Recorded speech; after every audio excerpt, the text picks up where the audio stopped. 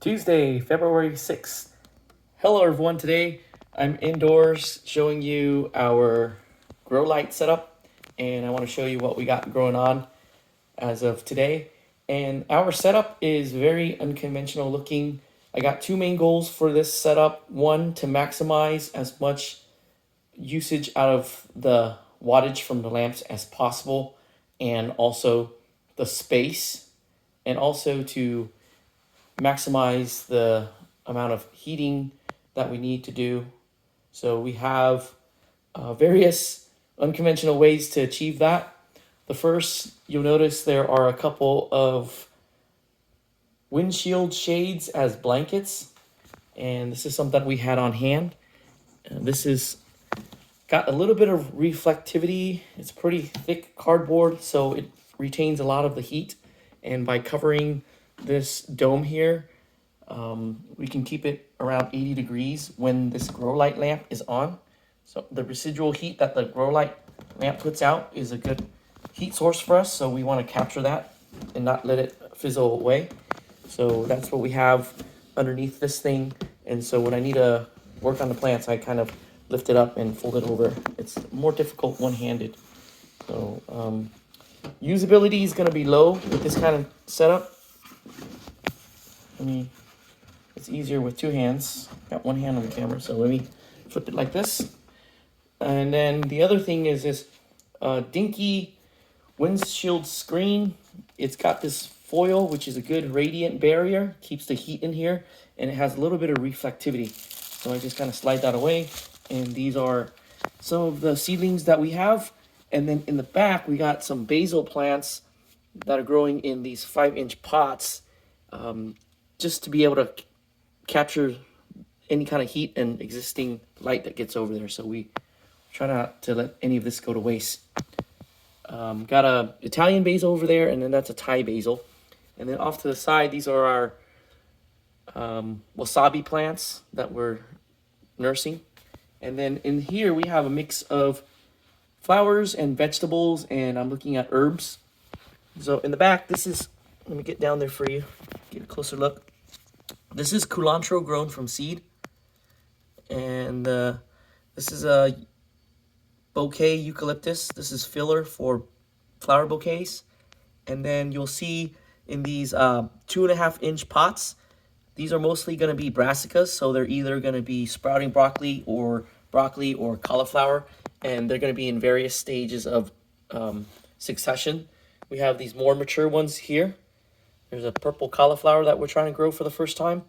And I'm hoping that when the sun comes out, here in Southern California, we've been getting days of cloud cover and rain, and it should come out in a couple days. So these are ready to be transplanted into the garden. But I'm going to leave them in here for a few more days until the sun comes out. And then these green trays here, these are gailan. This is one variety. And then the blue is another variety of gailan. And then the orange trays, that's bok choy. And then the pink ones, that's spigeriello or broccoli raab. And that's broccoli raab. And let's see what else we have here.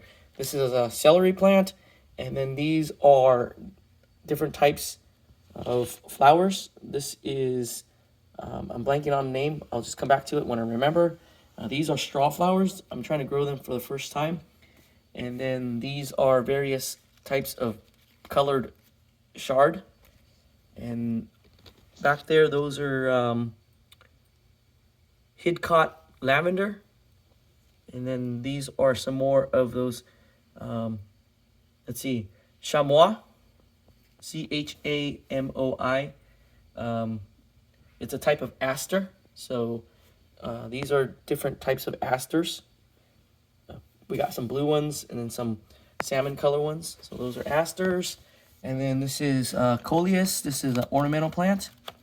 We got some Tokyo shallots, or not shallots, scallions.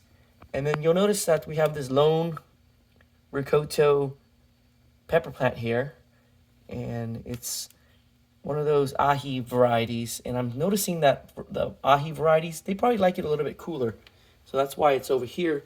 Because over on this side over here, we have our pepper seedlings, and under this setup with this tarp, it traps in the heat and it gets around 80 degrees with this GE grow light, and it's around 30 watts.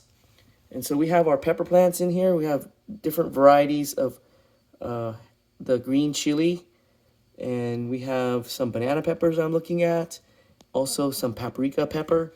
And then this here is watercress, something I've been wanting to grow for the longest time. And I'm very surprised that the seeds germinated, because I bought the seeds maybe 3-4 years ago and they have germinated. So that's what they look like. And then these are some of our early tomato varieties, like the Principe Borghese, Costoluto Genovese, and Black Prince. And in a week or two, I'm going to be starting some of the summer larger paste tomatoes. And I'm kind of dialing in on when we start our plants for maximum efficiency with regards to not having them underneath the grow light for too long and taking up space. So I found that if we time back from when we can transplant and the time it takes for the plant to get big enough, that's when we start it. And the timing is really highly variable. It's going to be dependent on your seed starting style, your climate, and your grow light setup. So if you have a lower wattage grow light, it's going to take a longer time for them to grow. If you have more of a higher wattage, like this 130 watt lamp, it has higher PPEs. It could put out more electric or spectrum stimulation, I would call it, to get the plants growing faster. And then up here we have the seed dome. This is for when we start the seeds. This dome stays warmer than our ambient room temperature. And we have some pansies that we want to start. And then the blue trays, once again, those are gailan. So that's another succession planting of the gailan. And with this 30 watt lamp, the heat will rise and it'll warm the seeds that are in here. And we don't need the seeds to be too warm, or these types of seeds don't need to be too warm. So at around 70 degrees is going to be okay. It's a different story for pepper plants. So we have some more pepper plants in there, and we want it above 80. So we got the temperature at 83 in there currently. And with peppers and eggplants, the high temperature is very necessary. So you're going to need a heat mat and a dome. If your ambient room temperature is going to be on the lower side, like the way we keep it, we're not running the heater, and the ambient temperature maxes out at around 65, and it's been a warmer winter, so we get around 65 as a max. Let's see, yeah, here it is, 65. And when it got cold, it went down to 62. So the heat mat, the dome, these heat blankets, as I will call them, really help with maintaining the temperature and maintaining the growth rate. If the soil gets cold, things become dormant, they slow down, and in some cases it can cause the plant to be stunted. So that heat is really important. We also have a heat mat, a large heat mat under here to help things along. And I've found some insulation from package insulation, and so we wrapped it around there. So as much as possible. We also got this tub lid to keep some of the heat within here. So once again, it's an unconventional setup, but it is designed so that we can make the maximum use of our electricity usage. In the past, we had this second lamp that we would run at this time of year, and this year is kind of staying unused, which is good. And with regards to the lamps, this one is by VivoSun. It's also a very high wattage lamp, and that's a Mars Hydro. This is one of the older versions now, and these two lamps, they were sent to me by the respective companies, whereas this GE grow light I purchased myself and using it down here with pretty good results. One thing I want to note with the GE grow light is that I found that it can grow plants that are seedlings, but at some point when they get a little bit more mature, I'm going to want to move it to more of a higher powered lamp, I don't necessarily need to put it too close to the light source. I could put it down there and it will grow happily. And when we put it out in the garden, we don't have to harden them off. These lower wattage grow lights with the lower PPEs, it's a different story with them. So, and that's pretty much wrap up our update today with our seedlings. We already have a lot of things in the garden that we're harvesting.